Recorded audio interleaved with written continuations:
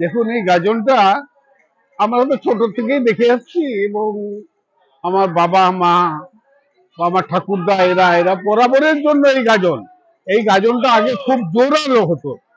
চারদিকে সার্কাস আসতো, মানে বিশাল ব্যাপার ছিল।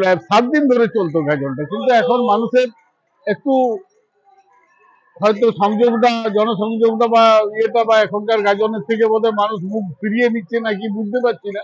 নাহলে এখানে যেভাবে গাজনটায় ভিড় হতো, সেই ভিড়টা এখন কমে গেছে। এখন বর্তমানে এই গাজন এখন যেভাবে চলছে সেইভাবে আমরাও চালিয়ে আসছি।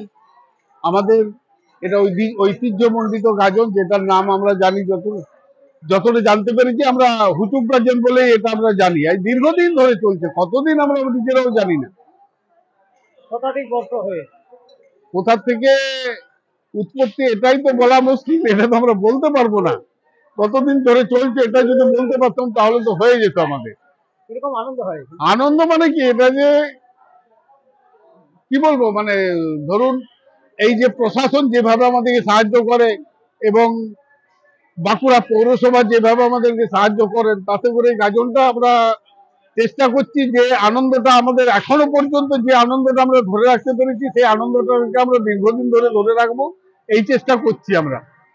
গাজন আমাদের চলছে, গাজন আমাদের চলবে।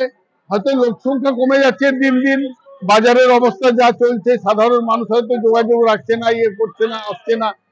দোকানদানি সবই আছে। গাজন যেভাবে চলে সেভাবেই চলবে গাজন।